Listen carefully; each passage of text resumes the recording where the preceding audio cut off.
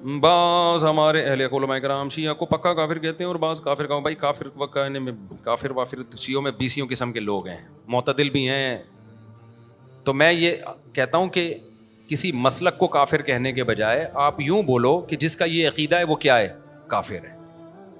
جو نبی کو حاضر ناظر جانتا ہے بلا کسی تعویل کے وہ کیا ہے, کافر ہے. جو نبی کو مشکل کشا مانتا ہے بلا کسی تعویل کے وہ کیا ہے, کافر ہے. تو جو حضرت عائشہ رضی اللہ تعالیٰ عنہ پہ زنا کی تہمت لگاتا ہے وہ کیا ہے, کافر ہے.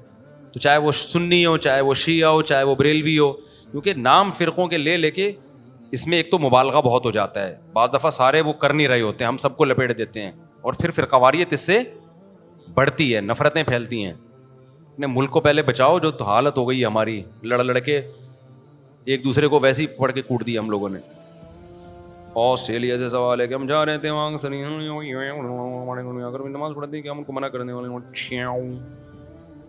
کہہ رہے ہیں. ہم جہاں آسٹریلیا میں رہتے ہیں وہاں اکثر اہل تشیع حضرات, وہاں جس علاقے میں رہتے ہیں وہاں زیادہ تر شیعہ حضرات ہیں, تو ہمارے گھر میں آ کر اپنی نماز پڑھتے ہیں. پڑھنے دو بھائی, میرے بھائی, وہ جائے نماز میں ڈیلا رکھتے ہیں, رکھنے تو آپ کے گھر آگے نماز پڑھ رہے ہیں نا, کوئی آپ کے چوری تو نہیں کر رہا نا.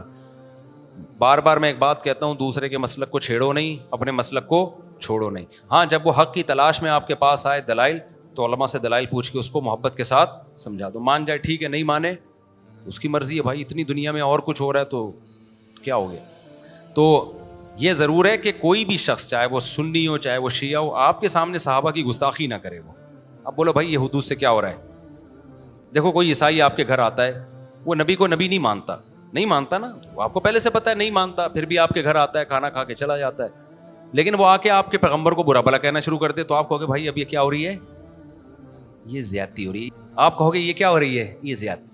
تو کوئی بھی شخص آئے آپ کے سامنے سیدنا معاویہ کو برا بھلا کہنا شروع کر دے, حضرت ابو سفیان کو, ابو بکر کو, حضرت عائشہ کو, آپ بولیں بھائی آپ آئیں اپنی نماز پڑھیں, آپ کا ایک مسلک ہے, ایک فقہ ہے, آپ اس طریقے سے پڑھیں, ہم نے منع نہیں کیا آپ کو. میں تو یہاں تو شیعہ لوگوں کو کہتا ہوں, اور آئے بھی ہیں بہت سارے مسجدوں میں, بیان بھی سنتے ہیں.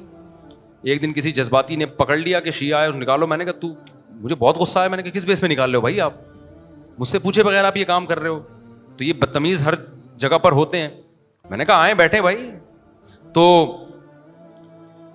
مجھ سے ملتے ہیں بہت سارے شیعہ لوگ بھی, میں کہیں جاتا ہوں نا اور بتا رہے ہوتے ہیں میں شیعہ ہوں لیکن آپ کو سنتا ہوں, تو ہمیں عادت نہیں ہے اس کو جا کے چھیڑنا شروع کر دیں, پن کرنا شروع کر دیں. میں کچھ بھی نہیں کہتا, ملک ہمارا ابھی لڑائی کا متحمل نہیں. جو سیکھنا چاہے, بات کرنا چاہے, تو آپ محبت عزت کے ساتھ بات کر لیں, اس سے آگے آپ اپنی حدود کو کراس نہ کریں.